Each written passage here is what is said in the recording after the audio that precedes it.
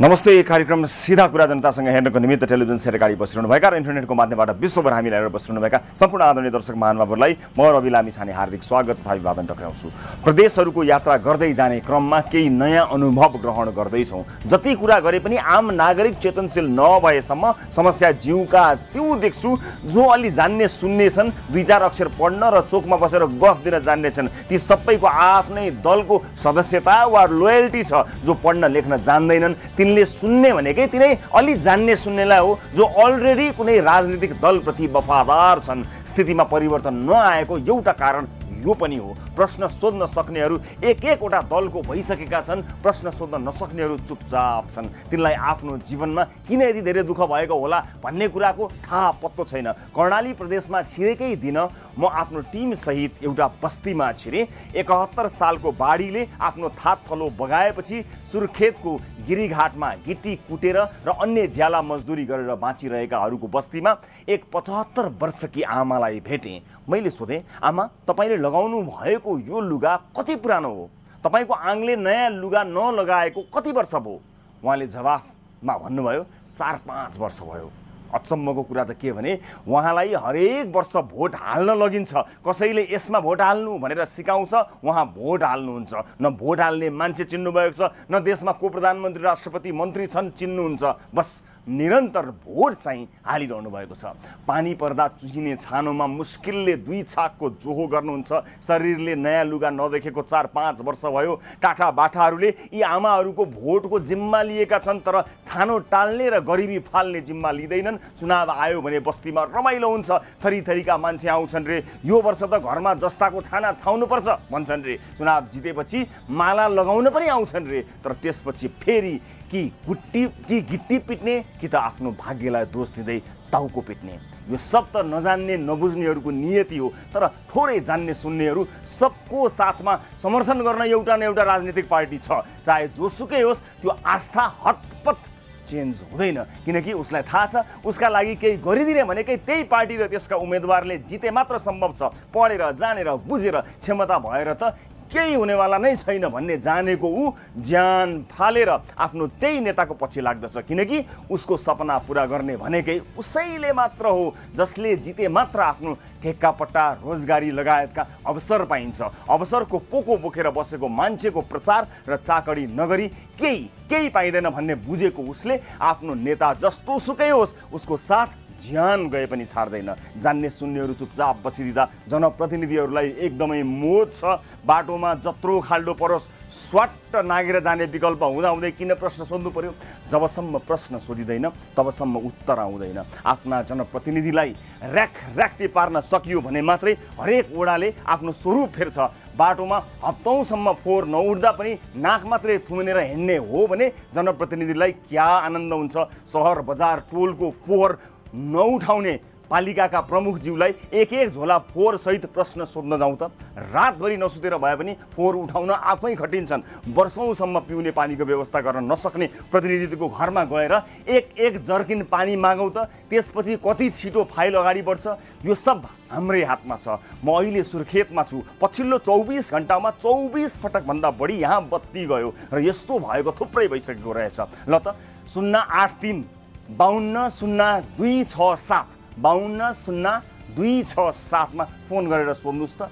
Phone उठेन भने भोलि बाटो पर्दा होइन, बाटो पारेर कार्यालय जानुस् र सिम्पल प्रश्न सोध्नुहोस् कि यो झ्याप्प बत्ती जाने क्रम कहिले सकिन्छ? छुट्टीको दिन बाहेक आफ्ना जनप्रतिनिधिलाई 1 मिनट फुर्सद नदिनुहोस्। आफ्नो ठाउँमा के आयोजना बन्दैछन्, कति लागतमा बन्दैछन्, कसले ठेक्का पार्यो, कुन गुणस्तरको बन्दैछ, टाइममा काम सकिन्छ कि सकिँदैन, सब निगरानी राख्न सकियो भने देश बन्दै गर्ला। तर तपाईँको टोल चाहिँ बेस्ट बन्छ, ग्यारेन्टी दिन्छु। सधैँभरि भोट हाल्ने मेसिन जस्तो मात्र बनेर आफ्नो भविष्य आफै नबिगारौँ। हरेक कुरामा चासो राखौँ र हरेक गतिविधिमा प्रश्न सोधौँ। सिङ्गो देशको चिन्ता पछि गरौँला, तर आफू बसेको टोलको चिन्ता अहिले नै गरौँ। तपाईँको फोनमा आफ्नो वडा अध्यक्षको फोन नम्बर छैन भने राख्नुहोस्। लामो समयसम्म काम नसकिएको वा समाधान नभएका विषयमा गुनासो लिएर तपाईँ वडा कार्यालय वा गुनासोसँग सम्बन्धित अन्य कार्यालयमा कहिल्यै जानुभएको छ?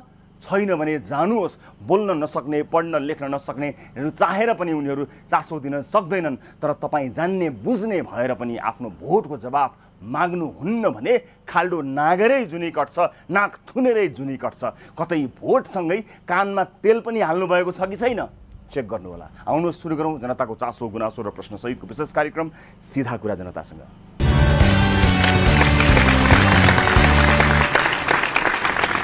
ब्रेकपछि स्वागत छ सम्पूर्ण आदरणीय दर्शक महानुभावहरूलाई कार्यक्रम सिधा कुरा जनतासँग। आदरणीय दर्शक महानुभावहरू, साथै प्रदेशको यात्रा गर्दै विभिन्न समस्याहरूलाई प्रस्तुत गर्दै सम्बन्धित निकायको ध्यान आकर्षण र प्रत्यक्ष कुराकानी गरी समाधान गर्ने कोसिस स्वरूपको यो कार्यक्रम सञ्चालन गर्ने क्रममा हामी अहिले कर्णाली प्रदेशमा आइपुगेका छौँ र कर्णाली प्रदेशबाट कार्यक्रम प्रस्तुत गर्न गइरहेका छौँ र आदरणीय दर्शक महानुभावहरूलाई जानकारी गराउन चाहन्छु। म आज सुर्खेतबाट हामी कार्यक्रम सञ्चालन गरिरहेका छौँ र यहाँका विषयवस्तुलाई प्राथमिकताका साथ आज प्रसारण गर्न गइरहेका छौँ र सुर्खेतबाट कार्यक्रम प्रस्तुत गर्ने क्रममा आज हामीले केही गुनासोहरूलाई समावेश गरेका छौँ, जहाँ पुग्दा पनि आम सर्वसाधारणका गुनासाहरूको प्रकृति उस्तै उस्तै देखिएको छ र त्यसलाई सम्बोधन गर्ने कोसिस स्वरूप आजको कार्यक्रममा विशेष प्रस्तुतिहरू प्रस्तुत हुन्छन्। विशेष गुनासाहरू र तिनलाई ध्यान आकर्षण गराउने काम हामी आजको कार्यक्रममा गर्नेछौँ र आजको कार्यक्रम प्रस्तुत गर्नको निमित्त म यहाँ एउटा घण्टाघर छ सुर्खेतमा, त्यहाँ उभिएको छु। पछाडिको उज्यालो अलिक कम देखिन्छ,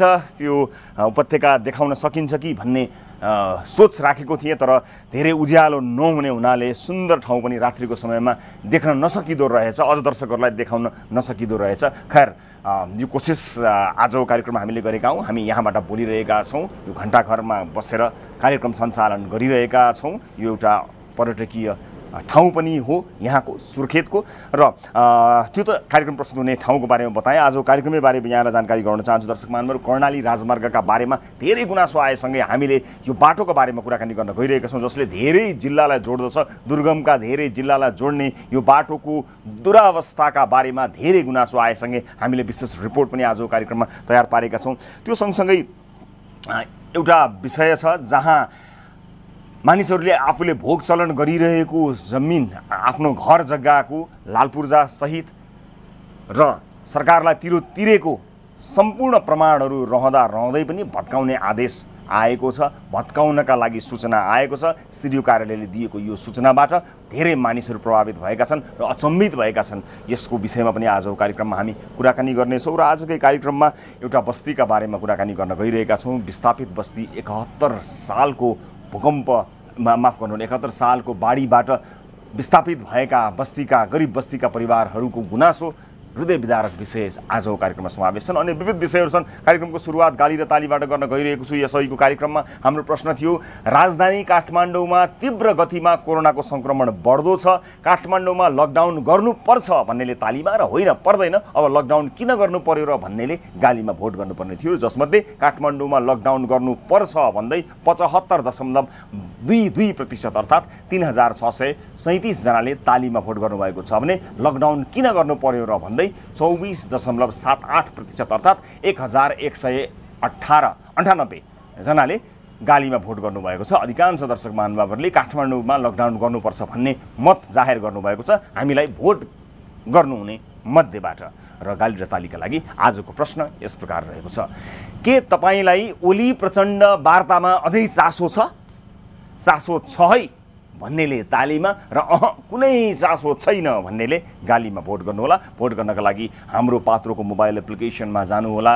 त्यहाँ रहेको होम पेजमा रहेको गाली वा ताली भन्ने शीर्षकमा क्लिक गरी आफूलाई मन लागेको विषयमा भोट गरी सार्वजनिक चासोको विषयमा आम सर्वसाधारणको जिज्ञासा अथवा आम सर्वसाधारणको भनाइ के रहेछ भन्ने जान्नको लागि मद्दत गर्नुहोला र भोटिङ सुरु हुन्छ। अब आजका विषयवस्तुतर्फ लिएर जान चाहन्छु। सुर्खेतबाट कर्णाली प्रदेशका अन्य जिल्ला जोड्ने एउटै मात्रै राजमार्ग कर्णाली राजमार्ग हो। यो क्षेत्रको जीवन मार्ग भनिएको कर्णाली राजमार्ग वर्षौंदेखि अलपत्र परेका पुल, साँघुरो र जोखिमपूर्ण भौगोलिकताका कारण मृत्यु राजमार्ग जस्तै बनेको यहाँका स्थानीयहरू बताउँछन्। हामी कर्णाली प्रवेश गरेसँगै सामाजिक सञ्जाल तथा टेलिफोन र म्यासेजहरूमा सबैभन्दा बढी कर्णाली राजमार्गको विषयमा रिपोर्टिङ गर्न आग्रह गरिएको थियो। सुर्खेतबाट दैले, कालीकोट, जुम्ला, हुम्ला, मुगु पुग्दासम्म अहिले 2 दिन लाग्दछ। बर्खामा पहिरोको जोखिम त उत्तिकै छँदैछ, अझ 2 दर्जन बढी खोलामा पुल निर्माण नहुँदा स्थानीयको यात्रा निकै जोखिमपूर्ण र कष्टकर हुने गरेको छ। कर्णालीलाई सुर्खेत हुँदै देशका अन्य क्षेत्रसँग जोडिने यो सडकको विकल्प नपाएका कर्णालीवासीले आफ्ना तमाम गुनासोभन्दा बढी कर्णाली राजमार्गकै बारेमा गुनासो गरेका छन्। अनि यहाँ पुल निर्माणको जिम्मा लिएका र अलपत्र पार्ने निर्माण कम्पनी, अनुगमन र नियमन गर्ने तहमा बसेर पनि अनुगमन तथा नियमन नगर्ने अधिकारी तथा वर्षौंदेखि आवाज उठाउँदा पनि नसुन्ने सरकारसँग स्थानीयले धेरै गुनासो गरेका छन्। सडकको दुरावस्थालाई समेटेर तयार पारिएको यो रिपोर्ट हेर्नुहोस्। यो कर्णाली राजमार्गको सुर्खेतदेखि जुम्ला जोड्ने सडक खण्ड।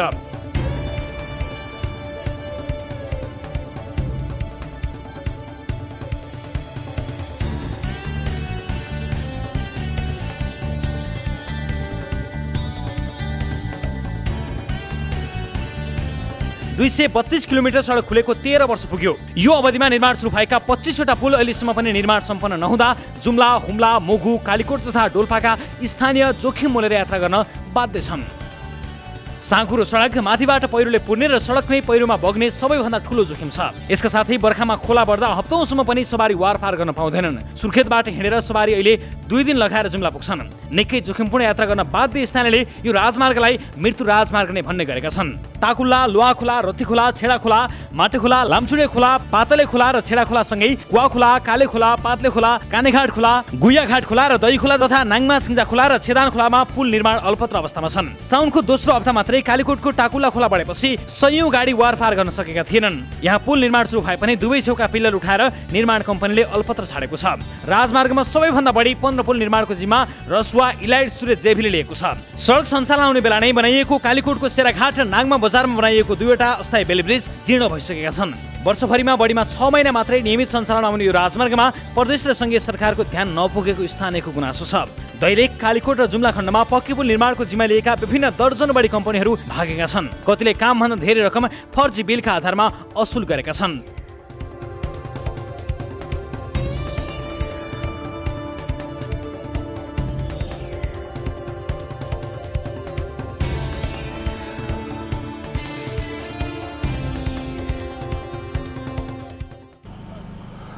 दर्शक महानुभावहरू, अन्यत्र बसेर टेलिभिजन हेरिरहनु भएका दर्शक महानुभावहरूका लागि यो विषय कस्तो विषय हो म भन्न सक्दिनँ, तर यहाँ योसँग जोडिएका धेरै बासिन्दाहरूका लागि यो अत्यन्त महत्त्वपूर्ण विषय हो। हामीलाई थाहा छ दिनानुदिन भोगिएका अनेकौं समस्याहरू छन् जसलाई तपाईँ हाम्रो कार्यक्रम मार्फत उजागर होस् भन्ने चाहनुहुन्छ। आफ्ना व्यक्तिगत समस्याहरू, विभिन्न सामाजिक किसिमका समस्याहरू पनि तपाईँ भोगिरहनु भएको छ, तर ती सबलाई पन्छाएर यसलाई महत्त्वपूर्ण बनाइदिनु होला भनेर धेरै कर्णालीवासीले र अन्य विभिन्न महानुभावहरूले गर्नुभएको गुनासोलाई मध्यनजर गर्दै हामीले यसबारेमा कुराकानी गरेका हौँ र आज हामी मुख्यमन्त्रीज्यूसँग कुराकानी गर्ने कोसिस पनि गरिरहेका छौँ यस विषय र यससँग सम्बन्धित अन्य विषयलाई लिएर। तर रिपोर्टहरूको सिलसिलालाई आज म निरन्तर अगाडि बढाउनेछु र त्यसपछि सम्पूर्ण विषयलाई समेटेर मुख्यमन्त्रीज्यूसँग कुराकानी गरी ती समस्यालाई समाधान गर्ने कोसिस आजको कार्यक्रममा गर्नेछु। र अब आजको अर्को विषयतर्फ लिएर जान चाहन्छु दर्शक महानुभावहरू। कोरोना महामारीका कारण देश विदेश सबैतिर आर्थिक कारोबार ठप्प छन्। देश नै कोही अर्थतन्त्रको अवस्था राम्रो नभएको बेलामा कर्णाली प्रदेश सरकारले भने स्थानीय तहका जनप्रतिनिधिको तलब सुविधा बढाउने विधेयक पास गरेको छ। स्थानीय तहको तलब र भत्ता नै ठूलो रकम त्यसैमा खर्चिसकेपछि केही समय अघि सर्वोच्च अदालतले यस्तो नियम नै खारेज गर्न आदेश दिएको थियो। सर्वोच्चको आदेशलाई बेवास्ता गर्दै प्रदेश सरकारले पठाएको तलब सुविधाको विवरण सहित तयार पारिएको यो रिपोर्ट पनि हेर्नुहोस्। कोरोनाको कहर बढिरहेका बेला कर्णाली प्रदेश सरकारले भने एनै संशोधन गरेर जनप्रतिनिधिको सेवा सुविधा दोब्बर बनाएको छ। स्थानीय तहका प्रमुखदेखि सदस्यसम्मलाई सुविधा दिने गरी संशोधन भएको विधेयक प्रदेश संसदबाट पारित भएसँगै कर्णालीमा मासिक 3 करोडभन्दा बढी रकम जनप्रतिनिधिको सेवा सुविधामा खर्च हुनेछ। संशोधित व्यवस्था अनुसार जिल्ला समन्वय समिति प्रमुखले 40,000 रुपियाँ तलब र अन्य सुविधा सहित 12,000 गरी मासिक 52,000 रुपियाँ बुझ्नेछन्। अन्य प्रतिनिधिको सुविधामा पनि वृद्धि गरिएको छ। गाडी भएका प्रमुखले यातायात सुविधा र मासिक 100 लिटर डिजेल पाउने भएका छन्। उपप्रमुखले 35,000 इन्धन बाबत 9,000 गरी मासिक रूपमा 44,000 रुपियाँ पाउनेछन्। त्यस्तै जिल्ला समन्वय समितिका सदस्यहरूले 8,000 रुपियाँ मासिक सुविधा पाउनेछन्। संशोधन विधेयक लागू भएपछि नगर प्रमुखहरूले इन्धन खर्च सहित 46,000, उपप्रमुखले 39,000, नगर प्रमुखले 80 लिटर तथा उपप्रमुखले 70 लिटर मासिक डिजेल सुविधा पाउनेछन्। नगरपालिकाका वडा अध्यक्षले मासिक 25,000 र 25 लिटर पेट्रोल, कार्यपालिका सदस्यले मासिक 8,000, सभा सदस्यले मासिक 5,000 का दरले सेवा सुविधा पाउने भएका छन्। गाउँपालिकाका अध्यक्षले मासिक 70 लिटर डिजेलसहित 40,000, उपाध्यक्षले 60 लिटर डिजेलसहित 33,000, वडाध्यक्षले मासिक 20,000 र 15 लिटर पेट्रोल, कार्यपालिका सदस्यले मासिक 6,000, सभाका सदस्यले मासिक 4,000 रुपियाँ सुविधा पाउनेछन्।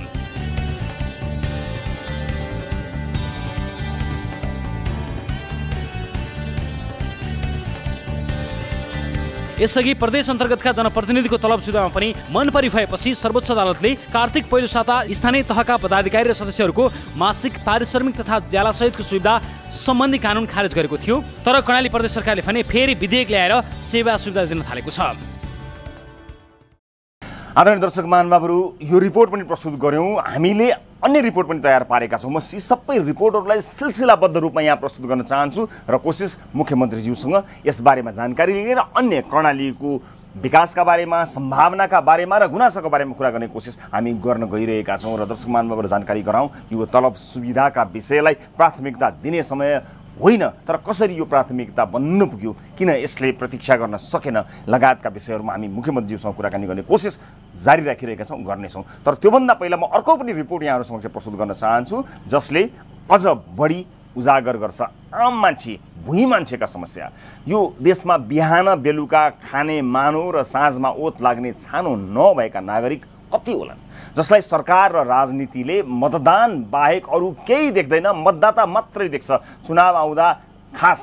चुनाव आउँदाखेरि मात्रै बास र कपासको व्यवस्था गर्छौँ भन्दै खुट्टा ढोग्नेहरू चुनाव सकिएपछि कहिल्यै खुट्टा लिएर हिँडेर त्यहाँ आउँदैनन्। यस्तै अवस्था भोगिरहेका छन् कर्णाली प्रदेशको राजधानी सुर्खेत वीरेन्द्रनगरबाट 30 मिनट जतिको दूरीमा पर्ने बाराताल गाउँपालिका 2 को गिरीघाट स्थित राजमार्ग छेउका 7 वर्षदेखि पाल र खरको चोपडामा बस्दै आएका विस्थापित परिवारले सुर्खेतको रानीघाट, थापाडेरा, सिस्नेरी, डोक्मामा रहेको बाढीले त्यतिखेर आएको, त्यो बेलाका 71 सालमा आएको बाढीले विस्थापित बनाएका 73 परिवार अहिले गिरीघाटमा कष्टकर जीवन बिताइरहेका छन्, गिट्टी कुटेर जीवन निर्वाह गरिरहेका छन्। उनीहरूलाई लकडाउनले झनै पीडा थपेको छ। उनीहरूकै बस्तीमा पुगेर हामीले तयार पारेको यो रिपोर्ट पनि हेर्नुहोस्।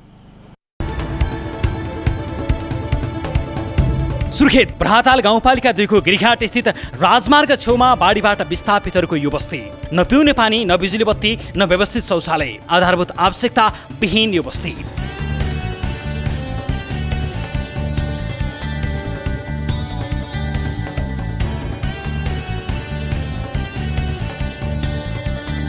दुई 2071 श्रावण 29 गते भेरी नदीमा आएको बाढीका कारण सुर्खेतकै रानीघाट, थापाडेरा, सिस्नेरी, डोक्काबाट विस्थापित भएका मध्ये 73 परिवारले यो ठाउँमा खर पालले बारेर ओत लागेको 7 वर्ष बित्यो। स्थायी आवास पाइने आशामा भोट हालेका उनीहरूको 7 वर्ष निराशामै बितिरहेको छ। यी चाहिँ केही छैन, यो बाँस गतिलो भए हुने थियो, पर त्यो घर तिम्रो भयो, यहीँ बरै न आम्ना खुङ्गातीले बनाइदिएर ऊ डुङ्गी केही राख्नु नहान्नु। अनि पानी चुइन्छ होला बर्खामा, यहाँ त सबै पानी पर्दाखेरि हो त नि, त्यो घर त्यस्तो भयो त त्यही बस्यो त्यहाँ। पानी दिनु भयो यता आयो, अब बल्दैन खानु पकाउनु दुःखल हुन्छ, बुढी मान्छे आँखा देख्दैन। बाढीमा पार्वती कामीकी 8 वर्षीय नातिनी, 70 वर्षीय सासू अनि भान्जा कता बगे कता अहिलेसम्म भेटिएका छैनन्। सासूलाई मेरो छोरी भान्जा त अनि एकुरै लगो कता खोज्न जान पनि अब मन नसक्ने, अब आफू पनि नसक्ने, खोज्न जान पाइयो। 3 जना बजे नाति, 3 जना भोगी जानु भएको। भेटियो कि भेटिएन पछि? नै लासै भेट्यो नाम। बाढीमै बग्दै बाँचेकी उनले समेत 7 वर्षसम्म ढुक्कले निदाउने छानो पाएकी छैनन्। पानीमा घुम्दाखेरिमा त्यहाँ फेरि अझै मर्छु भनेको छु, त्यो चिच्चकल पाडेको छु। अरू बगे बेला साथमा पनि कोही पनि नै, को बोक्ने थियो, बाँचिया मान्छे अब जङ्गलतिर पसिए। आफू पानीमा घुमेको छु, पछि रुखमा घरमा लाग्दाखेरि घरबाट पनि बगेँ। फेरि थारामा चढेको थिएँ, ठाडो बग्यो, त्यहाँ चढेँ, त्यहाँ फेरि अझ सिप लाग्ने थियो, घरको छानामा चढेको थिएँ। घरको छाना पनि फेरि हल्लायो, फेरि त माथि पुग्यो। भुदारीमा फेरि रुख थियो, सानो किम्बोको बुटा थियो, त्यो किम्बो बुटा त्यो बुटो थियो, त्यही बुटामा चढेँ। त्यही बुटामा चढ्दाखेरि अब यही रुखबाट मरे पनि मरुला, यो रुखबाट बाँचे पनि बाँचुला, यहाँबाट फङ्गाल्ने ठाउँ काहीँ पनि छैन भनेर त्यहाँ बसेँ। पछि उज्यालो भयो, रातभरि म त्यहाँ बसेँ भने रातभरि भनेर रातभरि रुखमा चढेर बाँचेका 70 वर्षीय सहबहादुर खड्का चुहिने पालमा कष्टकर जीवन बिताएको 7 वर्ष बित्यो। उज्यालो हुने बेला लगभग 1 बजेबाट बग्यो मान्छे। 1 घन्टा म पछि रुखमा चढेर बचेँ होला, नत्र त्यो पानीमै खेलिरहेको छु। 1 बजेबाट म रुखमा चढेर बचेँ हो। हाम्रो कष्ट यस्तै बारमासे अहिले 7 वर्ष भइसक्यो हाम्रो पाल भने चुहिएर खतम छन्। सरकारी राहत पाउन समेत बगाएको घर जग्गाको लाल पूर्जा खोजिन्छ तर आफन्तको जग्गामा टहरो बनाएर बसेकाको टहरो बगाएपछि अहिलेसम्म राहत पाएका छैनन्। जग्गा मेरो पहिलाबाटै जग्गा नै थियो न हेर्नुहोस् सर। अनि देउरहरूका भागमा अनि छोराहरूको भागमा आएर म बस्दा मेरो जग्गा पहिलाबाट थिएन। आंशिक जोखिममा त्यही पनि बगर आंशिक जोखिममा हालेको त त्यही पनि लाल पूर्जा जना अनि घर जना अनि तब पैसा खाताबाट आउँछ भनेर भन्छन्। अब बिना घरको बिना लाल पूर्जाको काँडा जग्गा जनाएर मैले अनि त्यहाँबाट अनि त्यो पैसा निकासी गर्ने हो र। अंशबन्डा भएर छुट्टा छुट्टी बसेका 3 परिवारलाई समेत एउटै परिवार गरेर दिने राहतले झन् आहा दिइरहेको छ हरेकालाई बिकलाई। पहिला नाम लेख्दाखेरि पनि हामी घरमै अलग अलग थियौँ। नेताहरू त्यस्तै गर्छन्, जो बाठो छ जो टाढो छ उसकै नाम लेख्छन्। हामी त कमाउनु नि त्यस्तै नसक्ने हुनु श्रीमान बिरामी भएको भई गर्नुहुन्छ। केटाकेटीहरू पनि छन्? कतिजनाको परिवार तपाईँको? 5 जना छन्। 5 जना हुनुहुन्छ। नाम पनि छैन, एउटैमा हाल्दैन हाम्रो त। सङ्घ संस्थाले पनि त्यस्तै गर्छन्। सरकारी राहतमा पनि हाम्रो त छैन। राहतमा पनि तपाईँलाई प्राप्त भएन? एउटैमा भनेर हामीले भन्दा पनि हामीलाई नामै लेख्दिएनन् सर। हामीलाई त जो बाटो टाढो छ तिनलाई मात्रै हेर्छन्। गिट्टी कुटेर जीवन बिताइरहेका उनीहरूको लकडाउनसँगै रोजीरोटी पनि खोसिएको छ। वर्षौँदेखि नसुत्ने ठाउँको टुङ्गो छ न खाने घाँसको टुङ्गो। के गर्ने गिट्टी अब बिक्री हुन्न गिट्टी कुट्थ्यौँ बाबु। अब गिट्टी बिक्री हुँदैन। अब अरू उपाय के हर अब लकडाउन लाग्यो र अब काम पनि केही हुँदैन बन्दै छ। अब त्यो बस्ने खाने अब के गर्ने भइहाल्छ खाने बस्ने। अब घर होला भन्ने आश छ कि छैन तपाईँलाई? 7 वर्ष भयो घर आफ्नो बन्छ भन्ने केही छ कि छैन त? भरे किन हुन्न बाबु, आफ्नो घर भइदिया एउटा एकुरो मन हुन्थ्यो। यहीँ बस भनिदिया हुन्थ्यो कि एक ठाउँ बसालिदिया बस्ने ढुक्कै मन हुन्थ्यो। अहिले उठाउने कि पछि उठाउने कता लैजाने हो के गर्ने हो भन्ने चिन्ता। अनि अब के गर्ने, काम खोज्दा काम पाइन्न। गाडी बन्द छन् भन्छन्। गिट्टी पनि बिक्री हुन्नन्, केही बिक्री हुन्नन्। यताउता काम गए पनि कामै बन्द छ अहिले लकडाउनले भन्छन्।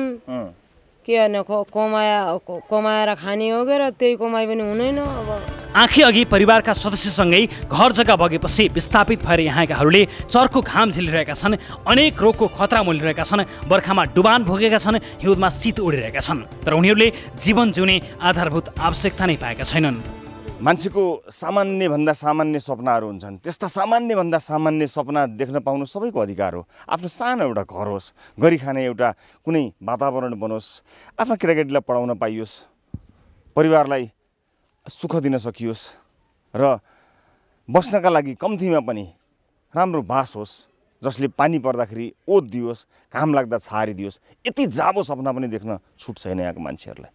यति सानो सपना। चुनावका बेला पालबाट घरमा सार्छौँ भन्दै भोट माग्नेहरूले अहिले यही बाटो 10 पटक हिँड्दा पनि बस्तीतर्फ फर्किएर हेर्दैनन्।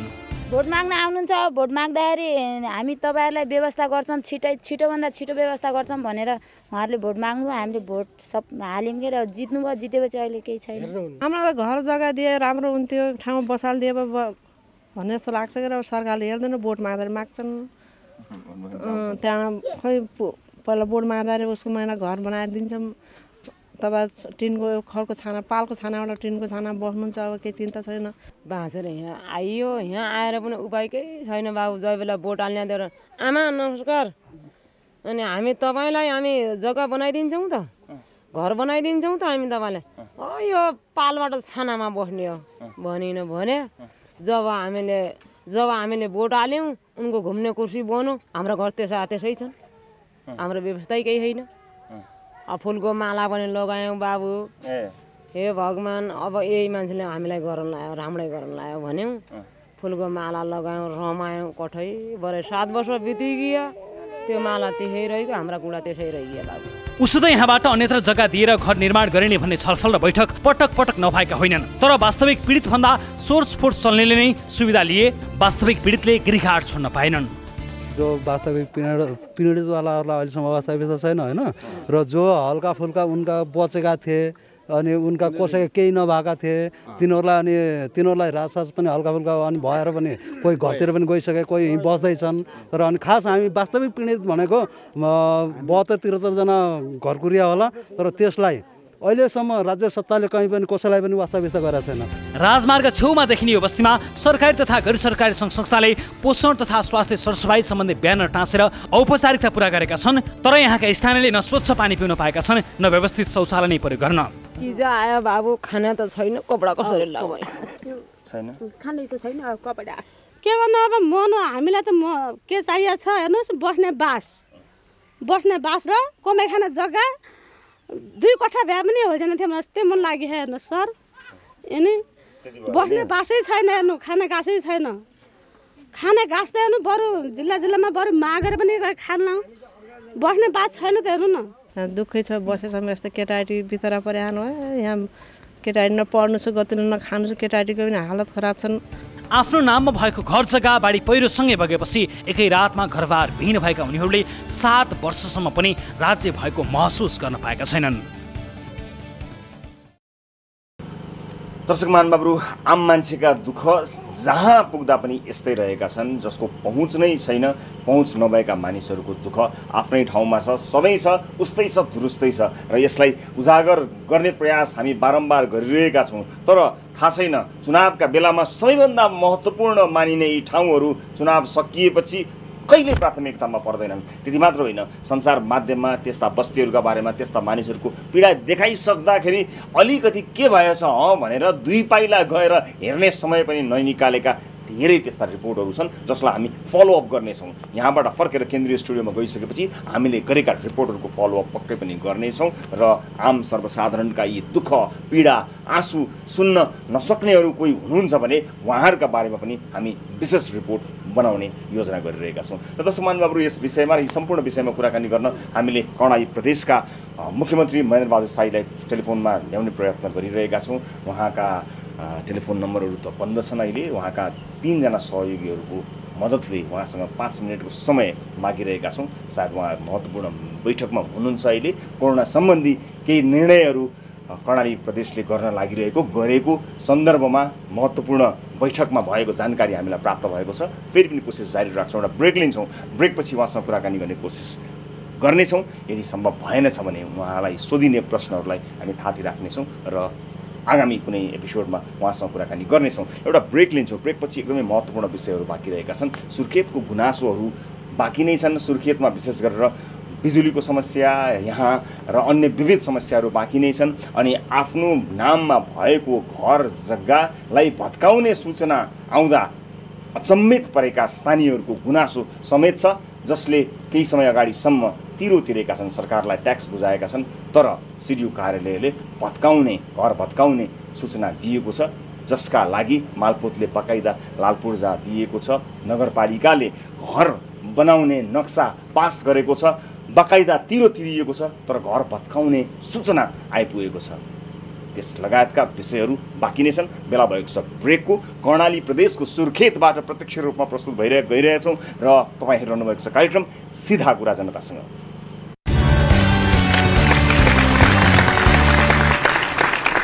ब्रेकपछि स्वागत छ सम्पूर्ण आदरणीय दर्शक महानुभावहरूलाई कार्यक्रम सिधा कुरा जनतासँग। आदरणीय दर्शक महानुभावहरू कर्णाली प्रदेशमा हामी छौँ। सुर्खेतबाट कार्यक्रम प्रस्तुत गरिरहेका छौँ र यहाँका समस्याहरूका विषयमा हामीले मुख्यमन्त्रीज्यूसँग कुराकानी गर्ने कोसिस गऱ्यौँ। अन्य विभागीय मन्त्रीहरूसँग पनि कुराकानी गर्ने कोसिस गरिरहेका छौँ। अहिलेसम्म हामीलाई सफलता प्राप्त भएको छैन। यहाँका समस्याहरू यहाँका आम सर्वसाधारणले सुन्न पाए भने कति राम्रो हुन्थ्यो होला। यी प्रश्नहरू यी जिज्ञासाहरू उहाँले जवाफ दिइदिनु भयो भने आम मानिसका कति जिज्ञासाहरू शान्त हुन्थे होलान्। खैर हाम्रो कोसिस जारी छ तर अहिलेलाई भने म अर्को रिपोर्टतर्फ यहाँहरूलाई लिएर जान चाहन्छु। दर्शक महानुभावहरू सुर्खेतमा हामीसँग धेरैजनाले भेट गर्दा गुनासो पनि राख्नु भएको छ जहाँ चाहिँ यहाँ अधिकांशको गुनासो भन्दा पनि बढी आम सर्वसाधारणको आम समाजको समस्याहरू चाहिँ बढी देखिएका छन्। अनियमितता विद्युत आपूर्ति सडक निर्माणमा ढिलासुस्ती कमर्सियल निर्माण नदी दोहनदेखि बारीको बस्तीको रोजीरोटी नै गुमेको सम्मका गुनासोहरू आएका छन्। साथै नदी वन लगायतका प्राकृतिक स्रोत संरक्षणमा कसैले ध्यान नदिँदा वातावरणमा असर परेका विषयमा पनि गुनासाहरू आएका छन्। यिनै र विभिन्न गुनासाहरू मध्ये केही प्रतिनिधि गुनासाहरू यस्ता रहेका छन् र यहाँ आएको गुनासोमध्ये धेरैले गुनासो गरेको सुर्खेतको अनियमितता विद्युतका विषयमा थियो र त्यसैले विद्युत सम्बन्धी समस्याका बारेमा पनि हामी कुराकानी गर्नेछौँ। विशेष गरेर सबभन्दा पहिला हामीले तयार पारेको यो रिपोर्ट यहाँ प्रस्तुत छ। कर्णाली प्रदेशको सुर्खेतका मानिसहरूले लामो समयदेखि अघोषित लोड सेडिङको समस्या झेल्दै आएका छन्। विगत 3 वर्षदेखि दिनको 30 देखि 40 पटकसम्म बत्ती आउने जाने गर्छ। बत्तीको नआउने टुङ्गो छ, नजाने ठेगान, तर सुनवाई कतैबाट पनि भएको छैन। सुर्खेतमा अहिले यो 3 वर्ष अगाडिदेखि यो अघोषित लोड सेडिङ भएको। अब स्थानीय सरकार आयो भने केही होला भनेर हामीले सोचेका थियौँ होइन। त्यसमध्ये अहिले के भयो भन्दा अहिले तपाईँको कम्तीमा 30 देखि 40 चोटि बत्ती जान्छ दिनमा। मैले यो निवेदन हातले लेख्ने बेलासम्म 7 चोटि बत्ती गयो। साथै विद्युत प्राधिकरण उपभोक्ताहरूले डिजिटल माध्यमबाट महसुल भुक्तानी गरेको रेकर्ड नै नबस्ने गरेकाले दोहोऱ्याएर बिल तिर्नुपर्ने बाध्यता रहेको स्थानीयको गुनासो छ। अस्ति म 2टा घरको बिल तिर्न गएको थिएँ 4000 रुपियाँ र विद्युत प्राधिकरणमा 21000 रुपियाँ बिल उठ्यो। हामीले विगत हेरेर तिर्न जाने त हो नि, यस्तै बिचमा इसिआरले तिरेको पैसाको चाहिँ रेकर्ड हुँदैन क्या, त्यहाँ कुनै रेकर्ड हुँदैन। लकडाउनको बेलामा जनताहरूलाई शोषण गरेको छ, किनभने फागुनको 11 गते म गएर पैसा तिरेछु, जेठको महिना पनि पैसा तिरेछु, असारमा पैसा तिरेछु, अहिले साउनको बिल तिर्न जाने बेला 5000 आएको छ तपाईँको भन्छ। अनि किन यति आयो भने तपाईँको युनिट खिचेर लिएर आउनुहोस् भने मैले युनिट पनि खिचेर लगाएको थिएँ। युनिट खिचेर तपाईँको बत्ती बाल्नुमा छ, तिर्नुपर्छ पैसा भन्यो। अनि त्यसपछि मैले क्यालकुलेसन गरेर हिसाब गर्दाखेरि तपाईँको पहिलाको थपिँदै आएको, पहिला मैले पैसा तिरिसकेछु अहिले कसरी थपियो त भनेर भन्दाखेरि तपाईँको बत्ती बाल्नु भयो युनिटले देखाएको छ। बत्तीको विषयमा हामीले सुर्खेतका मानिसहरूको गुनासो सुन्दै गर्दा पनि 3 पटक बत्ती जाने आउने गरेको थियो। त्यसपछि हामीले विद्युत प्राधिकरणलाई फोन गरेर बत्ती जानको कारण सोध्यौँ, तर त्यहाँका कर्मचारीले बत्ती जानुको कारण आफूलाई थाहा नभएको र हाकिमसँग सोध्न सुझाए। हिजो बेलुकादेखि अहिलेसम्म 30 चोटि भन्दा बढी बत्ती गयो, के भएको? अब खै सर के भएको त्यो सिस्टमले गर्दा सर खै। अनि तपाईँलाई थाहा छैन? हजुर हजुर। थाहा भएको मान्छे को हुनुहुन्छ अफिसमा? हाकिम साहबलाई नै गर्नु सर भेटेर कुरा। हाकिम साहब भेटिएन भने चाहिँ तपाईँको जवाफ छैन? नै सर, अब हामी चाहिँ हाम्रो लेभलको होइन सर त्यो। बत्ती गएको थाहा छ कि छैन तपाईँहरूलाई? अब यहाँ छ सर, अब अहिले चाहिँ यहाँ छ, अब त्यहाँ यो भ्यालीमा गयो भने गर्छ हामीलाई खबर, या हिबाट गयो या चाहिँ कोलपुरबाट गयो गर्छ खबर। 3 वर्षदेखि यहाँका स्थानीयले यस्तै समस्या झेल्लाएका छन्। पटक पटक विद्युत प्राधिकरणलाई यस विषयमा ध्यानाकर्षण गराउँदा पनि सुनाइ नभएको स्थानीयको गुनासो छ। 2076 असोज 23 गते कर्मचारी समायोजनपछि धनबहादुर देवकोटा स्वास्थ्य कर्मीका रूपमा सुर्खेतको भेरीगङ्गा गाउँपालिका पुगे। उनले त्यहाँ नियुक्ति लिएको 1 वर्ष पुग्ने लाग्यो, तर हालसम्म पनि उनले आफ्नो कामको जिम्मेवारी पाएका छैनन्। उनी बिहान हाजिर लगाउँछन्, दिनभरि कार्यालयमा बस्छन् र बेलुकी फेरि हाजिर लगाएर घर फर्किन्छन्। उक्त नगरपालिकामा उनी जस्तै 3 जना अन्य कर्मचारी पनि छन्। नगरपालिकाले काजमा नियुक्ति गरेका कर्मचारीलाई जिम्मेवारीमा राखेको छ, तर राज्यले खटाएर पठाएका कर्मचारीलाई भने 1 वर्ष पुग्न लाग्दा पनि जिम्मेवारी समेत दिएको छैन। असोजको 23 गते भेरीगङ्गा नगरपालिका हाम्रो भएँ, वीरेन्द्रनगर नगरपालिका सुर्खेतदेखि त्यहाँ म हाजिर भएदेखि मलाई चाहिँ कुनै जिम्मेवारी दिएको छैन अहिलेसम्म। झन्डै 11-12 महिना पुग्न लाग्यो र त्यहाँ चाहिँ काजमा बसेको कर्मचारीलाई जिम्मेवारी दिएर सम्पूर्ण कामकाज गराइएको अवस्था छ। हामी समायोजन भएर चाहिँ जुन राज्यले पठाएको चाहिँ कर्मचारीलाई जिम्मेवारी नै नदिएर एउटा चाहिँ राजनीति दम्बको भरमा हामीलाई चाहिँ अन्यलमा राखिएको छ अहिलेसम्म। सुर्खेत वीरेन्द्रनगर नगरपालिका वडा नम्बर 6 का रामबहादुर श्रेष्ठ, सुर्खेतकी अनिस पन्त र दैलेखका नरबहादुर पुरीलाई 2072 सालमा चलेको राजधानी विवाद आन्दोलनका क्रममा गोली लाग्यो। राज्यले उपचार खर्च बिहोरे पनि उनीहरूलाई अस्पताल लैजाने क्रममा खर्च भएको प्लेन भाडा भने अहिलेसम्म भुक्तानी भएको छैन। जिल्ला प्रशासन कार्यालय सुर्खेतले उक्त रकम भुक्तानीका लागि गृह मन्त्रालयमा सिफारिस गरे पनि गृह मन्त्रालयले पैसा पठाएको छैन। प्लेन भाडा बापत 3,53,000 रुपियाँ बिरामीका आफन्तले ऋण खोजेर तिरेका छन्। एक्कासी उताबाट गोली चलेर चाहिँ मेरो यहाँ छातीमा लाग्यो, छातीमा लागेर बाहिर निक्ल्यो। अनि निक्लिसकेपछि मलाई अनि क्षेत्रीय लिएर जानुभयो, क्षेत्रीय लिएर गएर अलिक गाह्रो भएर प्लेन चार्टर गरेर यहाँबाट नेपालगञ्जबाट काठमाडौँ लानुभयो। अनि काठमाडौँ लाँदाखेरि केएमसीमा उपचार भयो। उपचार खर्च बिहोरे सरकारले, तर जुन अब यो प्लेन चार्टरको चाहिँ 1,62,500 आएको छैन।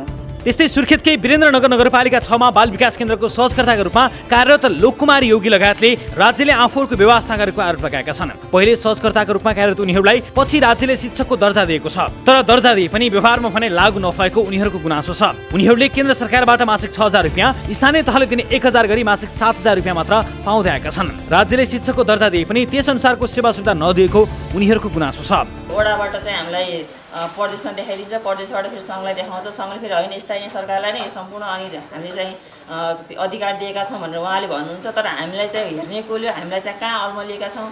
हामीले नेपालभरिकै समस्याहरूलाई लिँदाखेरि चाहिँ हामीले 37,000 हामी महिलाहरू मात्रै यसमा चाहिँ काम गर्छौँ र एक त महिलालाई हेर्ने दृष्टिकोण नै दोस्रो दर्जाको छ। सायद त्यो कारणले गर्दा पनि हामी चाहिँ ओझेलमा परेका हौँ कि जस्तो पनि लाग्छ। सुर्खेतको मङ्गलगढीबाट पर्यटकीय स्थल काँक्री बिहार जाने बाटो नबन्दा निकै शास्ति भोग्नु परेको स्थानीयले गुनासो गरेका छन्। सडकमा नाला र फिलिङको छुट्टा छुट्टै ठेक्का लगाएको छ, तर नाला बनाउन विद्युतको पोल हटाउनु पर्ने भन्दै नालाको काम भएको छैन भने फिलिङ गर्नलाई नाला बन्नुपर्ने भन्दै दुवै काम रोकिएको छ। एउटा फिलिङ र नालाको काम छ तत्काल चाहिँ अहिले नाला पदम खड्का जिल्ला पर्नु भएको छ होइन। उहाँ चाहिँ विद्युतको पोल नहटाएसम्म नाला बनाउनु भन्नुहुन्छ। अर्को ठेक्काको चाहिँ फिलिङको छ क्या, फिलिङकोलाई चाहिँ म नाली नबनेलासम्म म फिलिङ गर्दैन भन्नुहुन्छ। एक साइड विद्युतको पोल छ, त्यो सर्नै दुई वर्ष लागिसक्यो त अहिलेसम्म।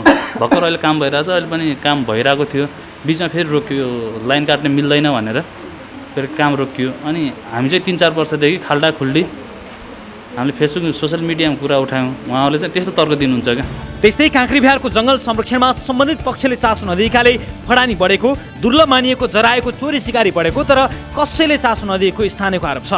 काँक्री बिहारमा एउटा दुर्लभ वन्यजन्तु जरायो छ, जराएको चोरी सिकारी एकदम बढेको छ। न प्रदेश सरकारले हेरेको छ, न स्थानीय सरकारले वास्ता गरेको छ, न ऊ छ। त्यहाँ चोरी सिकारीहरू धेरै बढ्न आयो। यो लकडाउन अवधि मात्रै 5वटा जति जरायो मरिसके। अब जराएको सङ्ख्या एकदम कम छ, न्यून छ। सुर्खेतको वीरेन्द्रनगर 6 खुकुरी खोलाले 2071 सालमा खोला आसपासमा रहेका घरहरू बगायो। केहीको अझै पनि भग्नावशेष बाँकी छ, तर अहिलेसम्म उनीहरूको नयाँ घर बन्न सकेको छैन। राजनीतिक चलखेलले खोला नजिक तटबन्ध नबन्दा अहिले पनि बाढीको जोखिम उत्तिकै छ। अहिले पनि पानी परेको दिन यहाँका मानिस निदाउन सक्दैनन्। बाढीको त्रासमा बाँचेका यहाँका मानिसहरूले सरकारबाट मात्र 25,000 रुपियाँ पाए। त्यसपछि उनीहरूको अवस्था बुझ्न आजसम्म कोही फर्किएको छैन। बाढीले चाहिँ सबै घरहरू फालेको, यो घर पनि चाहिँ पुरै चाहिँ फालेको हो। त्यसपछि यो घर पनि चाहिँ फालेको हो। यहाँभन्दा लगातार 10-12वटा घरहरू पुरै चाहिँ पक्की घरहरू पुरै बाढीले चाहिँ फालेको हो। अनि त्यसपछि राज्यले चाहिँ अहिलेसम्म चाहिँ यो पारिपट्टि त्यत्रो चाहिँ यो तार जालीहरू लगाएर यहाँ तार जाली पनि लगाएको छैन। कसैले हामीले न त 1 रुपियाँ सहयोग छ कहीँबाट हामीलाई न त केहीको सहयोग छ। हामी कहाँ कति डुल्यौँ, हामीले सबै फाइल तयार पनि पार्यौँ। अनि तयार पार्यौँ, त्यो फाइल पनि हाम्रो उहीँ प्रशासनमै हराइगयो। अनि 1, 2, 3, 4, 5वटा घरले हामीले 5वटा फाइल बनाएर दिएको, त्यसमा एकजनाले मात्रै पाउनुभयो रात, अनि हामी 4 जना त्यसै जाउँ। पनि अब यस्तै त हो, हुन्छ भन्छन् त्यस्तै हो। निवेदन त दिनुभएको छ ठाउँमा? निवेदन हामीले 71 सालबाट दिन लागेको निवेदन हो। अहिले 7 वर्ष भयो सर। 7 वर्ष जहाँ हामीले निवेदन दियौँ उहीँ हाम्रो निवेदन हराउँछ। अनि हामीले केही अब कतैबाट राहत पाउने हो भनेर दुगुरा निवेदन दियो, त्यो निवेदन पाउने बेलामा अरूले पाउँछ। यता झुप्रा खोलामा नगरपालिका र जिल्ला समन्वय समितिले उत्खनन गर्न अनुमति दिएपछि 2045 सालदेखि खोला आसपास बस्दै आएका वादी समुदायका मानिसहरूको आमदामीको स्रोत नै हराएको छ। खोलामा माछा मार्ने गिट्टी बालुवा सङ्कलन गर्दै आएकोमा अहिले मेसिन लगाएर उत्खनन हुन थालेपछि 2 छाक टार्न नै गाह्रो हुन थालेको त्यहाँका स्थानीयहरूको गुनासो छ। 2 वर्ष भयो अहिले खोला चाहिँ अहिले अलिकति बाहिरबाट दोहन भइरहेको छ। बाहिर अब मान्नुहोस्, अब नगरपालिकाले जिल्ला समन्वय समितिले उसलाई टेन्डरको रूपमा दिएर क्रसर चलेको छैन। त्यहाँ जेसिबी स्कार्भेटर लगाएर त्यहाँको खोलालाई गहिरो मापदण्डभन्दा गहिरो खनेर तपाईँको चाहिँ ठुलो खाल्डा बनाइदिएर त्यहाँको मान्छे, त्यहाँको जुन समुदाय छ 116 घर, त्यो 116 घरले अहिले काम गर्न नसक्ने अवस्था भएको छ, त्यो ठुलो खाल्डा बनाइदिएको कारणले। दर्शक महानुभावहरू, यहाँ आएका गुनासोहरूमध्ये धेरै गुनासो सुर्खेतको अनियमितताका विषयमा र विशेष गरेर विद्युतका विषयमा चाहिँ नियमित रूपमा नआउने विद्युतका विषयमा रहेका थिए। त्यसैले विद्युत सम्बन्धी समस्याका बारेमा यतिखेर कुराकानी गर्न हाम्रो टेलिफोन सम्पर्कमा हुनुहुन्छ सुर्खेत वितरण केन्द्रका प्रमुख टङ्कराज गिरी। सर नमस्कार, स्वागत छ यहाँ कार्यक्रममा। नमस्ते, धन्यवाद। यो बत्ती त कहिलेकाहीँ आउँदो रहेछ सर यहाँ त? हामीले नै महसुस गऱ्यौँ कहिलेकाहीँ चाहिँ बत्ती आउँदो रहेछ। आज पनि हामीले यो कार्यक्रमका लागि भनेर कहीँ पनि हामीले यस्तो वैकल्पिक व्यवस्था स्ट्यान्ड बाई त हुन्थ्यो तर चलाउन परेको थिएन। हामीले जेनेरेटरको सहयोगले कार्यक्रममा हामीलाई चाहिने लाइटको व्यवस्था गरेका छौँ। 24 घन्टाभन्दा बढी भयो यहाँ म बसेको सुर्खेत वरपर। मेरो विचारमा घटीमा पनि 30 देखि 40 पटक बत्ती गयो होला। के भएको सर? धेरैको गुनासो नै यही छ। अब पहिलो कुरा त कर्णाली प्रदेशमा 132 केबीको सब स्टेसन छैन। कर्णाली प्रदेशमा जति पनि लाइनहरू छ 33 केबी लाइन छ। कर्णाली प्रदेशको सुर्खेत लगायत यसका आसपासका जिल्लाहरूमा चाहिँ आउने लाइनको इन्ट्री पोइन्ट भनेको कोलपुर सब स्टेसन हो ग्रिडबाट। र कोलपुरदेखि सुर्खेतसम्मको 33 केबी लाइन चाहिँ करिब 30-32 वर्ष पहिला चाहिँ निर्माण भएको। र यो लाइन चाहिँ अधिकांश क्षेत्र चाहिँ राष्ट्रिय निकुञ्ज बाँके बर्दिया राष्ट्रिय निकुञ्ज हुँदै आएको छ। र यसको लाइन लेन्थ हाम्रो टेक्निकल स्ट्यान्डर्ड बढीमा 60 किलोमिटर हुनुपर्नेमा हाम्रो यो 33 केबी लाइन सुर्खेतबाट कोलपुर लगायत चाहिँ बिचबिचका क्षेत्रहरूमा ट्यापिङ गरेर पनि 33 केबीबाट बत्ती बालिएको छ, जुन चाहिँ 123 किलोमिटर भन्दा बढी छ। टेक्निकल स्ट्यान्डर्ड भन्दा यो लाइन चाहिँ अलि बढी छ। भनेको मतलब त्यो हुँदाखेरि लाइन ट्रिप हुने, लाइन बिग्रिने त्यो समेत समस्या तुलनात्मक रूपमा बढी हुन्छ। त्यो चाहिँ र हाम्रो यो जुन कोलपुरबाट सुर्खेतसम्म आएको चाहिँ लाइन बाँकी र बर्दिया राष्ट्रिय निकुञ्ज हुँदै आएको छ। राष्ट्रिय निकुञ्ज हुँदै आउँदा जङ्गल एरिया धेरै भयो भने हाँगापिङ्गा हावाहुरी पानीले गर्दाखेरि बढी समस्याहरू भइरहेछ। यो विगत वर्षदेखि नै हुँदै आइरहेको, यो वर्ष मात्र होइन अघिल्ला वर्षहरू पनि यो समस्या भएको हो। र जङ्गल एरियामा हुँदाखेरि तपाईँको राष्ट्रिय निकुञ्ज हुँदाखेरि तपाईँको लाइन बिग्रियो भने बनाउनका लागि पनि हामीले अलिकति निकुञ्ज क्षेत्रमा हुनाले अब जङ्गली जनावर लगायतका आदि इत्यादि समस्याका कारणले हामीलाई बनाउन पनि अलिकति समय लाग्ने हुन्छ। त्यो चाहिँ एउटा कुरा यो भयो। अर्को कुरा कोलपुरबाट सुर्खेतसम्म आइसकेपछि रामघाटमा एउटा सब स्टेसन जुन चाहिँ हालसालै मात्र बनेको र बिचबिचमा ब्रान्च लाइनहरू ट्यापिङ लाइनहरू ब्रेक छ, जसको कारणले गर्दाखेरि सुर्खेतमा 11 केबी लाइन चाहिँ 90 किलोमिटर मात्रै छ, 33 केबी लाइन चाहिँ 123 किलोमिटर भन्दा बढी छ। भनेको मतलब कुनै पनि ट्यापिङ पोइन्टमा समस्या भयो भने त्यसको असर सिधै कोलपुरमा पर्छ र त्यसले गर्दा ओभरअल जिल्ला नै पत्किँदै जान्छ। त्यो र यो समस्या समाधानका लागि अब कोलपुरबाट सुर्खेतसम्म चाहिँ 132 केबी प्रसारण लाइनको चाहिँ ठेक्का सम्झौता भएर अब कार्य सुरु हुँदैछ। यो हप्ता मात्रै 132 केबी कोलपुर सुर्खेत सब स्टेसन आयोजना हुने एउटा छुट्टै कार्यालय छ, उसले काम सुरु गरिसकेको छ।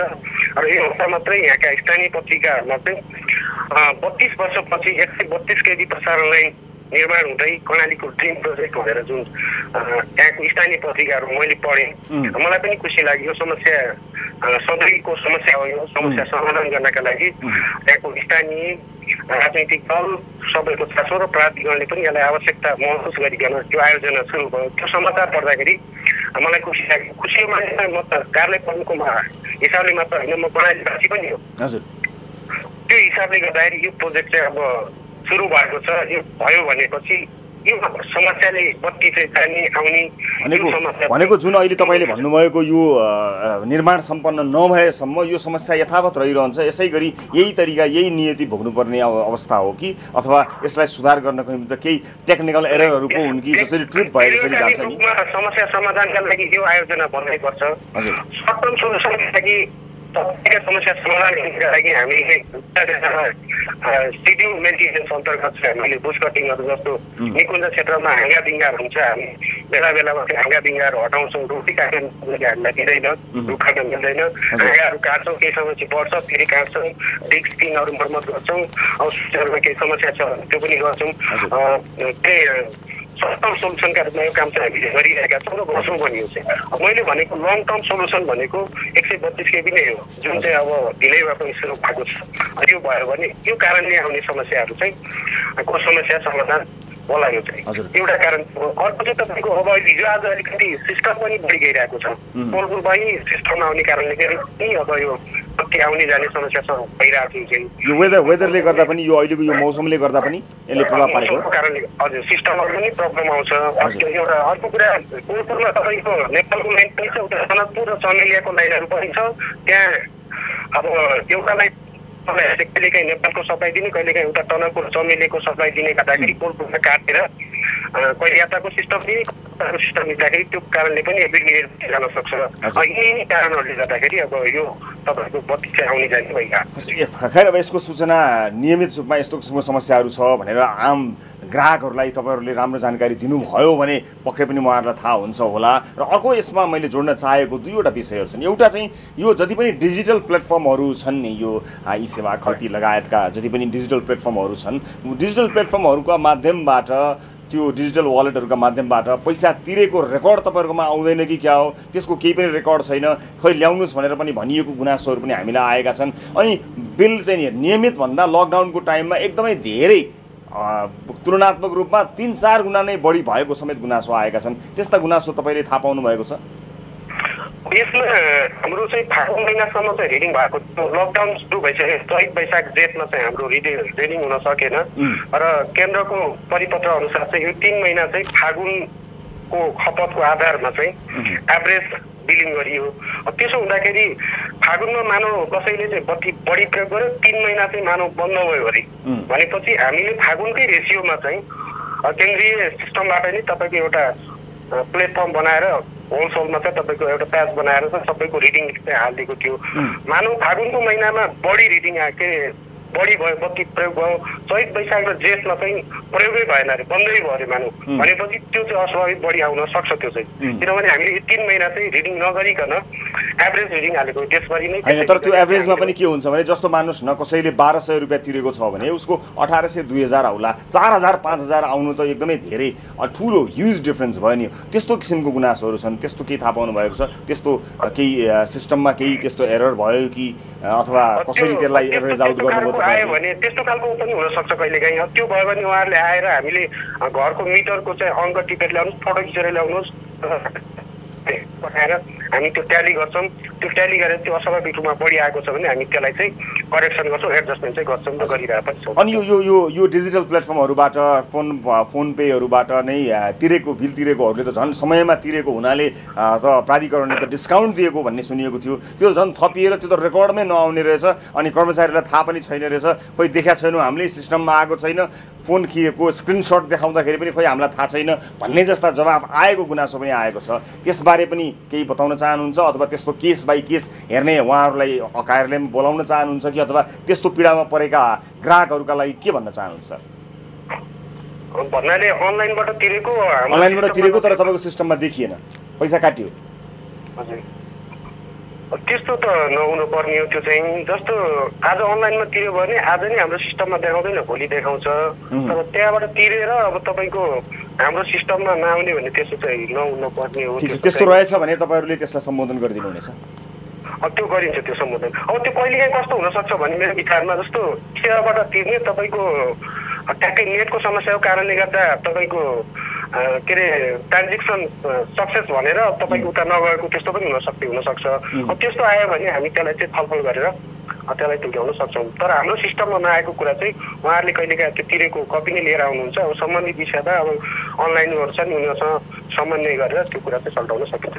हस्, विशेष गरेर अब अन्य केही विकल्पहरू हुन्छन् कि त्यसका लागि पनि छलफल केन्द्रसम्म गर्नु होला, किनभने एकछिनमा प्रत्येक 1 घन्टामा 1 चोटि 2 चोटि बत्ती गएकै छ। त्यसमाथि पनि यति ठुलो मतलब यति धेरै गर्मीको मौसममा मानिसहरूलाई अनेक किसिमका समस्याहरू परेका छन्, व्यवसायीहरूलाई समस्या परेको छ। कुनै काम गरिरहँदा एकजना मान्छेले गुनासो गर्नुभएको थियो, एउटा गुनासो लेखेर टाइप गरेर ल्याउने विचार गर्नुभएको रहेछ। त्यो टाइप गर्दा समेत उहाँलाई 6 चोटि जति चाहिँ बत्ती गयो भनेर भन्नुभएको थियो र हामीले नै त्यो गुनासो उहाँको रेकर्ड गर्दा समेत पनि 3 चोटि बत्ती गएको थियो। त्यसकारणले यो एकदम नर्मल लागिरहेको छैन। त्यसकारणले यसमा केही तुरुन्त तत्कालका लागि केही गर्न सकिन्छ कि कृपया छलफल गर्नुहोला। तपाईँलाई जानकारी हामीले गराएका छौँ। आशा गर्दछौँ तपाईँको हाम्रो यो कुराकानीले तपाईँहरूको गम्भीरता यसमा बढ्नेछ। म यही आशा गर्दछु सर। म यहाँलाई समय र जानकारीका लागि पनि धन्यवाद दिन चाहन्छु। धेरै हस्, धेरै धन्यवाद।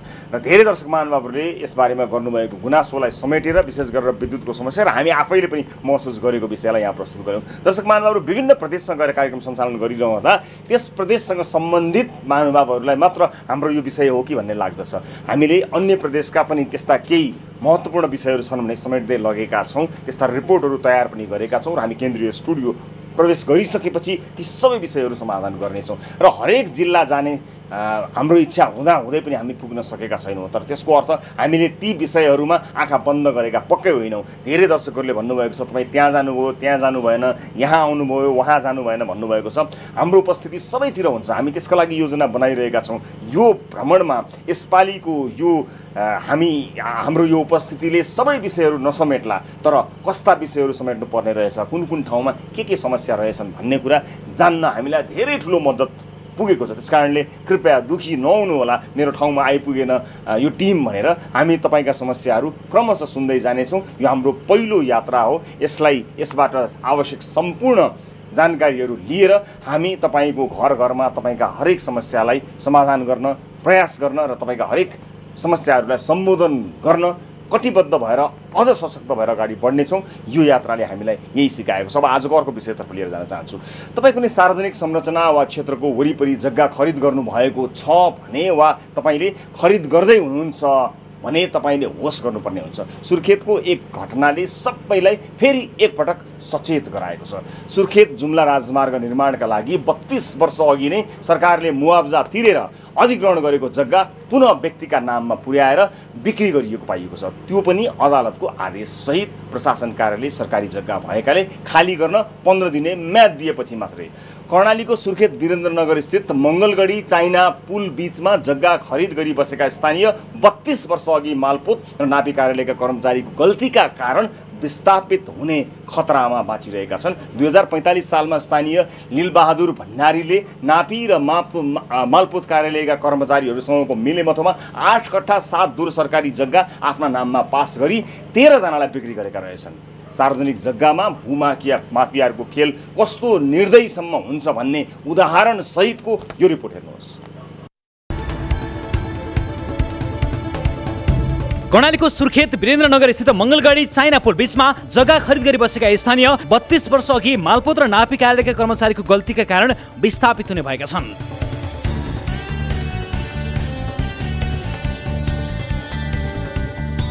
नापीले ठिक छ भनेर किताकाट गरिदियो, अनि त्यसको आधारमा हामीले चाहिँ नगरपालिकाले नक्सापास गरिदियो, घर स्वीकृति दियो, अनि घर सम्पन्न प्रमाणपत्र लिएर हामी घर बनाएर अहिलेसम्म बस्दै आइरहेका छौँ।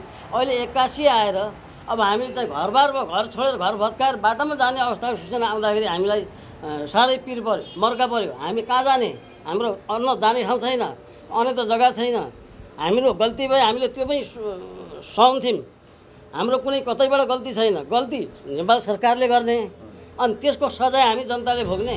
2045 सालमा स्थानीय लीलाबहादुर भण्डारीले नापी र मालपोत कार्यालयका कर्मचारीसँगको मिलमतोमा 8 कट्ठा 7 दूर सरकारी जग्गा आफ्नो नाममा पास गरी 13 जनालाई बिक्री गरेका रहेछन्। सोही जग्गा 32 वर्षसम्म बिना रोकटोक महँगोमा खरिद बिक्री मात्रै भएको छैन, ठुल्ठुला घर भवन बनेका छन् भने बैंकमा धितोमा समेत छन्। के होला भन्ने थाहा भएन, किनभने हाम्रो हातको कुरो भएन। अनि न्यायालयको कुरा हो, न्यायालयले के गर्छ भन्ने कुरा चाहिँ भने उसलाई उसकै हातमा भयो। हामीहरू त चाहिँ भने के भनेपछि बिजुली भएर आधा होस् छ आधा होस् छैन। लालपुर्जा छ, सबै प्रक्रिया छ, नक्सा पास छ, लालपुर्जा छ, अनि पोज तिरेका रसिदहरू छन् पोहोर सालसम्मका, मतलब 76 का 77 उसको मात्रै छैन। हामीलाई त के भयो भनेपछि 81 चाहिँ भन्नाले आएर पत्र आयो, घर फाल्ने भन्दाखेरि चाहिँ भन्नाले पहिरो आयो कि बारी आयो बगाएर लग्न आयो भन्ने अवस्था आयो। सुर्खेत जुम्ला सडक निर्माणका क्रममा सडकमा जग्गा फर्ने स्थानीय लीलाबहादुर भण्डारीलाई 29,000 मुआवजा दिएर सरकारले अधिग्रहण गरेको 16 कट्ठा जग्गा मध्ये भण्डारीले पुनः 8 कट्ठा 7 दूर जग्गा आफ्नो नाममा पास गराई 3 कट्ठा अन्य 13 व्यक्तिलाई बिक्री गरेका थिए। सोही जग्गा खाली गराउन जिल्ला हुँदै सर्वोच्च अदालतबाट समेत आदेश भएसँगै स्थानीय प्रशासनले जग्गा खाली गराउन पटक पटक पत्र काटिरहेको छ। किन उबाट किनेको मान्छेले मुद्दा लड्यो, उसैले हार्यो। हार्छ अब हाम्रो त लड्नु मिल्दैन भन्ने भयो। जसको जग्गा थियो नि उसले, अब मेरो त तेस्रो चौथोमा परेको छ। उसले बेचेर अर्कोलाई बेच्यो, अर्को हुँदै चौथोमा आयो।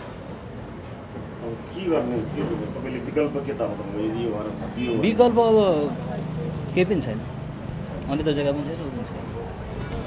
32 वर्ष अघि स्थानीय लीलाबहादुर भण्डारी तथा मालपोत कार्यालय र नापी कार्यालयका कर्मचारीको गल्तीका कारण जिन्दगीभर कमाएको पैसाले खरिद गरेको घर जग्गा सरकारले भत्काउन थालेपछि सुकुम्बासी हुने चिन्ता स्थानीयमा छ।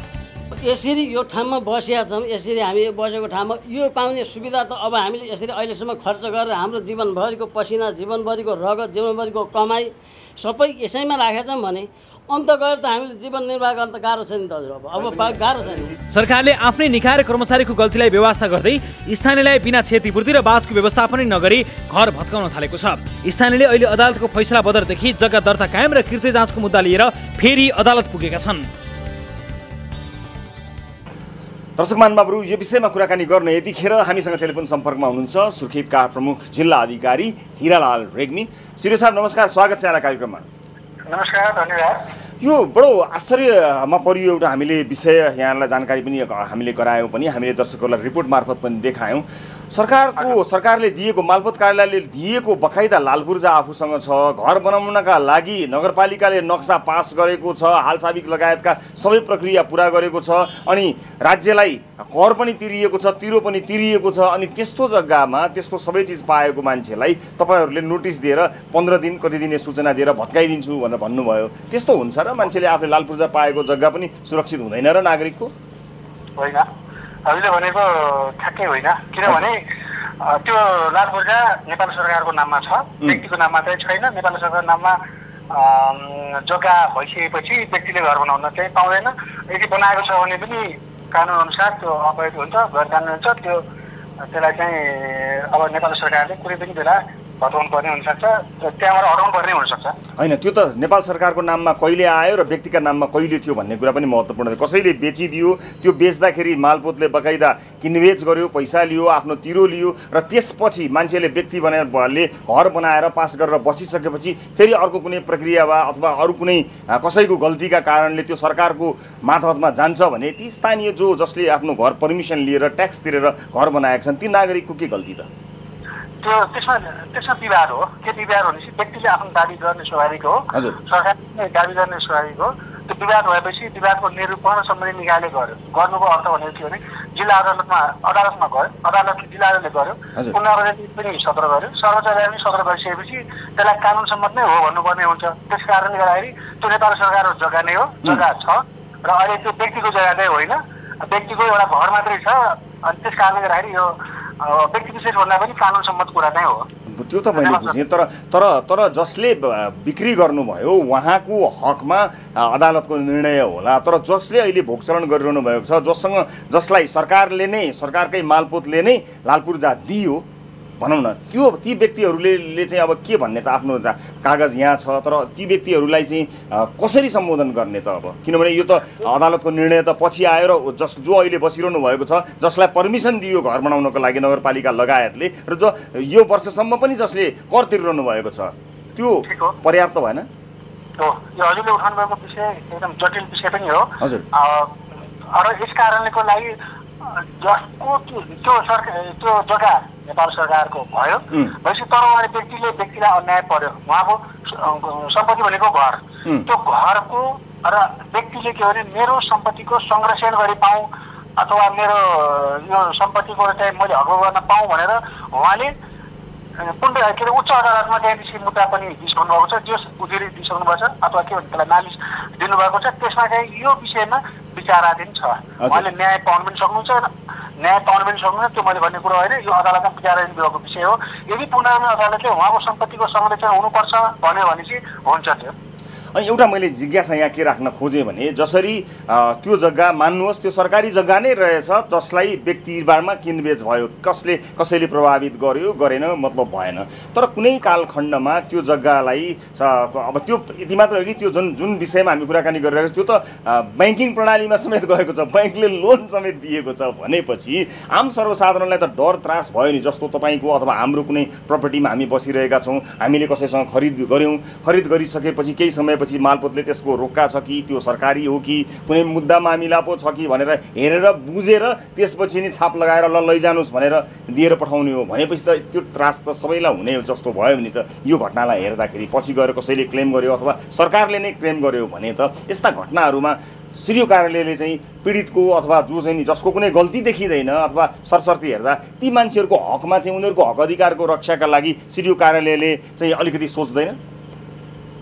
होइन, अब सिडिओ कार्यालय पनि कानुन सम्बन्धी काम गर्नुपर्ने हुन्छ। कानुनमा जे छ त्यसलाई कार्यान्वयन गर्ने कुरा हो। व्यवहारिक कुरामा कानुनी जटिलता जोडिएको हुनसक्छ। त्यस कारणले भनौँ सिडिओ कार्यालय हटाउन खोजेको थियो, त्यो घर चाहिँ भत्काउन खोजेको थियो। त्यहाँबाट त्यो जग्गामा उहाँहरूको सम्पत्ति जे संरचनाहरू त्यहाँबाट गर्न खोजेको थियो। सिडिओ कार्यालयले कानुनसम्म चाहिँ गरेको गर्न खोजेकै हो। उहाँलाई अन्याय पर्यो। सिडिओ कार्यालयले पनि कहिलेकाहीँ चाहिँ त्यसरी कानुनसम्म काम गर्दाखेरि व्यक्तिलाई अन्याय पर्न सक्छ। अन्याय परेपछि अहिले उहाँहरू पुनर्वेदनमा चाहिँ आउनुभएको छ। पुनर्वेदनमा उहाँले आफ्नो सम्पत्तिको हाम्रो कुनै दोष छैन, गल्ती छैन, हामी कानुनसम्म नै गरेको, हामीलाई अन्याय पर्यो भनेर उहाँले पुनर्वेदनमा त्यस बारेमा आफ्नो सम्पत्तिको संरक्षण गरी पाऊँ भनेर उनीहरूले दिनुभएको छ। त्यसमा विचाराधीन छ। सिडिओ कार्यालयले आफ्नो तर्फबाट चाहिँ कुराहरू त्यो छलफलमा आफ्नो कुराहरू पनि राखेको छ। त्यसले गर्दा सिडिओ कार्यालयले अन्याय नै गर्यो त भन्न मिलेन नि त। अन्याय गर्यो भए त सम्बन्धित कानुनी निकायहरूमा अदालतहरूमा त्यसको लागि त उजुरी गर्ने, पुनरावेदन गर्ने, आफ्नो गुनासो राख्ने अधिकार त व्यक्तिलाई रहेकै हुन्छ। घर भत्काउने सूचना टाँसियो, त्यो पक्षसँग भएको दस्तावेजहरूको कुनै अर्थै रहेन नि त। नागरिकलाई पनि त हेर्नु पर्यो। राज्यले सरकारले गरेका निर्णयहरूमा नागरिक सरकार भनेको अथवा देश भनेको राज्य भनेको त नागरिक पनि त हुन् नि। ती नागरिकहरूको पक्षमा पनि त सिडिओ कार्यालयले बोलिदिनु पर्ला नि त। राज्यले अथवा सरकारले गरेका निर्णयहरूमा नागरिकले पीडा पारेका छन् कि, अथवा यदि कोही मान्छे अदालत नजाने अवस्था भयो भने त सिडिओ कार्यालयले त 15 दिनमा भत्काउँथ्यो, घर भत्काइदिने भयो भनेपछि सरकारलाई मात्रै अलिकति बढी प्राथमिकता दियो, नागरिकलाई प्राथमिकता दिएन कि भन्ने मेरो एउटा शङ्का, आशंका अथवा जिज्ञासा हो। ठिक हो, हजुरले भने कुरा एकदम ठिक हो। 15 दिनको सूचना दिनुको अर्थ नै तपाईँलाई कुनै मर्का पऱ्यो कि यसबाट, नत्र भने यो 15 दिनभित्रमा तपाईँको कुनै मर्का परेको, तपाईँको गुनासो उजुरी तपाईँको भन्नु केही छ भने चाहिँ भन्नुहोस् है भनेर त्यो टाइम दिएको नि। 15 दिन भनेकै त्यही हो एउटा। अर्को गैर कानुन छ भने तपाईँले सरी हाल्नुहोस् तुरुन्त भन्ने एउटा त्यो अल्टिमेट पनि दिएको, त्यो दुईटा। अनि त्यस कारणले यो सुनवाईको मौका नदिई कसैलाई पनि अन्याय गरिँदैन। कानुनको सिद्धान्तलाई पालना गरेको जिल्ला प्रशासनले गर्यो। 15 दिनभित्रमा उहाँलाई चाहिँ अन्याय पर्यो। त्यस कारणले उहाँले पुनर्वेदनमा चाहिँ अनि पुनर्वेदन गर्नुभयो। त्यसले गर्दाखेरि अन्याय नै गर्यो जिल्ला प्रशासनले भन्न त मिलेन। त्यो सुनवाईको मौका दिएकै हो नि त। हजुर, हस्, यहाँलाई म धेरै धेरै धन्यवाद दिन चाहन्छु यो जानकारीका लागि। उहाँहरूले, उहाँको परिवारले हामीलाई यसबारे गुनासो गर्नुभएको थियो, जसबारे तपाईँलाई हामीले जिज्ञासा राख्यौँ। समय र जानकारीका लागि म यहाँलाई धेरै धेरै धन्यवाद दिन चाहन्छु श्री साहब। धेरै धन्यवाद। आदरणीय दर्शक महानुभावहरू, हामी कर्णाली प्रदेशको सुर्खेतमा छौँ र सुर्खेतबाट हामीले आजको कार्यक्रमलाई सञ्चालन गरिरहेका छौँ र कर्णाली प्रदेशको अर्को एउटा श्रृङ्खला पनि बाँकी छ।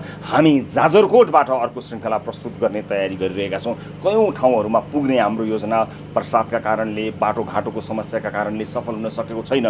तर पनि सकेसम्म कुनै पनि प्रदेशका सबैभन्दा पिछडिएका, सबैभन्दा बढी मार्कामा परेका, पीडामा परेका नागरिकहरूको बस्तीमा, टोलमा, गाउँमा, घरमा पुग्ने हाम्रो योजना कायमै छ। हामी सकेसम्म यो भ्रमणमा त्यसलाई प्राथमिकताका साथ प्रस्तुत गर्नेछौँ र आउने कार्यक्रम कर्णाली प्रदेशका अन्य विषयहरू, अन्य ठाउँहरूका रिपोर्टसहित जाजरकोटबाट प्रसारण गर्ने प्रयास हामी गर्नेछौँ र अर्को एउटा श्रृङ्खला कर्णाली प्रदेशको बाँकी छ। त्यतिखेर विभिन्न जिम्मेवार निकायसँग कुराकानी गर्ने कोसिस गर्नेछौँ, जससँगको कुराकानी आजको श्रृङ्खलामा सम्भव भएन। र दर्शक महानुभावहरू, सुर्खेतबाट हामी कार्यक्रम प्रस्तुत गरिरहेका छौँ र हामीले आजको कार्यक्रम यो वीरेन्द्रनगर सुर्खेतबाट प्रसारण गरी सम्पन्न गऱ्यौँ आजको श्रृङ्खला।